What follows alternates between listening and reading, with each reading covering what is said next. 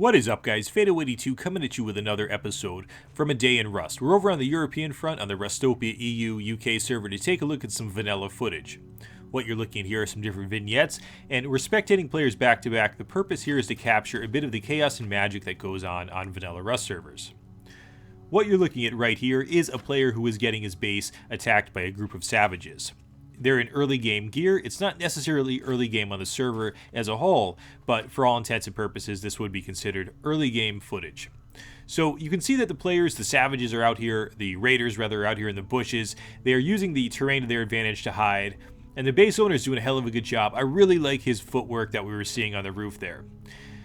The saviors come by way of rock here, DJ McSwag, but DJ McSwag was trying to help the situation, but due to a misstep perhaps, he simultaneously fell off the rock here. We'll hear his body crunch in a moment, and also was shot at the same time by a pipe shotgun from one of the raiders. So not sure what finally killed DJ McSwag, but it may have been the pipe shotty or the fall from the rock or a combination of the two. But it would have been nice to see him save the day to rush in there and kill the raiders while they were bottlenecked in the doorway. That for a moment all of them were piled in there, but that wasn't the case. But we can't knock the guy for trying. As always, very good stuff. Hopefully he's not the only defense coming in the way of the defender, the only reinforcements rather, because he does need some help. It's one man against, I believe I counted 4 raiders, and that is very tense. The defender here is doing a great job. He's placing his shots really well. You'll notice that one of the raiders just took a arrow to the chest there. Very good placement, but he is going down because it's 1 against 4. He's getting right back up with the sleeping bags that he has in his base, and he's respawning, re-gearing, and he continues to bring the fight. What you have to think about, though, in raids like this is not only fighting with your weapons, but defending your base in terms of building it up. If you had any extra resources, it wouldn't hurt to perhaps, block in the raiders somehow. If he could jump down and, well, he wouldn't be able to place a door and a Kolak at the same time, but there's certain things he could do internally to perhaps strengthen up the base, honeycomb it up a little bit. There's not much room to work with because it is a starter base, but there are things. Now, it appears as though his body somehow got looted. It didn't look like it fell off the top, but part of it might have clipped through.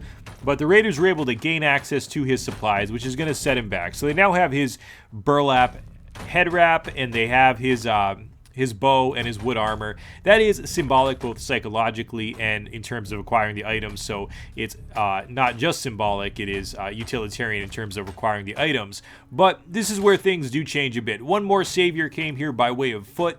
He was quickly felled with a crossbow bolt to the head. I'm not sure if that was the homeowner coming back naked or if it was just another naked coming in. Perhaps it was DJ McSwag looking for his stuff back.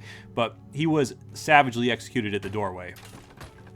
The homeowner's back inside now. He's decided to despawn his loot. We can see there is some stone there, so I'm not sure if he didn't have the wood or a hammer to upgrade the floor that they were pickaxing through to try to get up into the base. But if he did have resources, it would have been better to not despawn it and use it to strengthen up the base. You can set the raiders back by working against them by rebuilding your base in terms of what they're destroying.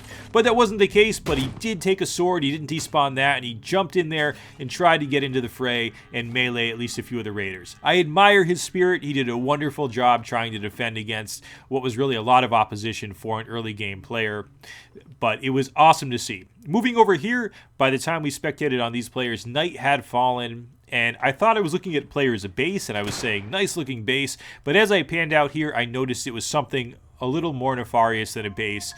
And it was a forward operating base or a raid base that was set up by a very large compound here. So I hope they brought a lot of rockets and C4 because they're going to need a lot of resources to even think about raiding something. Because again, this is about mid-game Rust. This is solidly mid-game Rust. But to raid a base, that's going to require an intense amount of resources.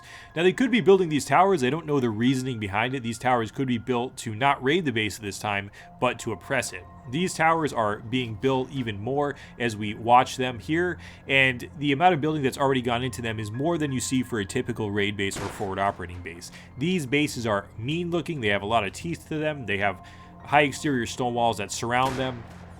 So they're meant to stay here for a while and to be very difficult to take back. So even if they're not raiding the base, they're going to be able to oppress the base defenders here just by way of having these towers. You can have the biggest compound in the world, but if some players get together and build compounds, or towers rather, sniping towers along all points of your compound, it's going to be difficult to leave your base with any type of high level gear, because if you get sniped and somebody comes and picks it up, it's very easy for them to get away with it.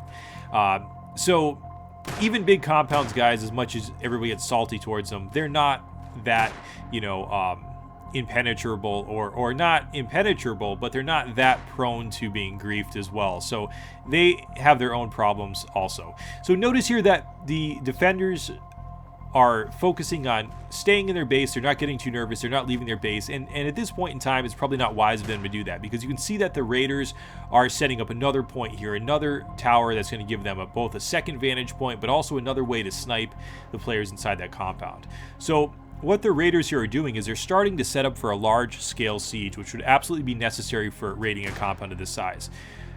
To have just one forward operating base or raid base for a compound this size is not going to be a wise choice. So what they're doing here is, it looks like they're setting up movements that are going to allow them to be able to raid this base later on, or attempt to raid the base in a way that'll be more sufficient for that type of a compound. So setting up a secondary raid base, perhaps a third or fourth one even, might be important. This is the type of raid that's not going to be quick and dirty. It's going to be one that's going to take a lot of planning, and that's what it looks like the raiders are doing here. But again, I don't know the story here. I don't know the backstory. This is again on the Rustopia EU server, so perhaps some of those players will leave us some comments below and let us know what sort of was going on here, if it was a raid or if it was just people building around the base because of some hostilities. Not really sure, but I think we can gain a lot from the footage either way. Notice that the defenders are holding to their battle stations here. They're shooting out the windows. They also added on another layer to their base. So that stone layer wasn't there at first, and now it's being put on top of the base, and they set up some windows so they have access to be able to shoot at that secondary raid base that's being constructed here. And we can see that this one also, a lot of efforts being put in to make it much harder to raid. So it's being well fortified again, which leads me to believe that this is the groundwork for a much larger siege that's going to take place on this compound. As we take a look at the secondary raid base being constructed here, when we pan out, just take note, guys, that this base is also in the snow biome. That does come with it some added benefits, and it makes that the raiders have to have a little more difficult time to be able to get at the base. Notice that the fires are going both day and night here so that the raiders stay warm, and sustained activity in the snow biome does require both extra food and also a source of warmth, or heat rather, to be able to survive in that type of biome. So building your base out here has some added benefits, and the raiders have to have some added precautions as well. Notice that fire is exchanged back and forth between the raid towers and the main base, so they're very problematic for the base defenders, because they have to consider not only one location now, but two locations. Inside the main base, the defenders are gearing up. Notice that they're all outfitted in the same type of uniform here. That is very important so that they can call out targets quickly in battle, and they know that their teammates are going to be dressed in similar colors. The raiders also have done the same thing. They have their own sort of colors that are going on, and that's something you guys can do with a variety of skins that are in the game now. There's enough to usually differentiate yourself, especially if you get a little more creative with it and use some of the skins that aren't commonly used. So the base defenders are walling up and honeycombing rather their base here. They're building it up because they're anticipating a much larger raid coming their way, and that's probably going to be the case. I'm not sure exactly what ended up happening here, guys, because this footage, to obtain this, took a few hours to be able to get both the first part of the footage and then this footage. I condensed it down into much smaller segments so you guys don't have to sit through a lot of stuff in between, like building of these bases or pickaxing through walls, and show you the choice nugs, if you will. But many hours already went into it, and I wasn't able to stick around for much longer. But you can see here as we pan out, as we end this video rather, that the raiders went back to their base to gear up, and I think what they were doing here was gathering probably the high value supplies and then heading back to those towers to start perhaps what would be the raid. Anyways, guys, hope you enjoyed another episode of A Day in Rust. As always, had a lot of fun making it. Let me know in the comments what you guys think. As always, Fadeaway82, peace.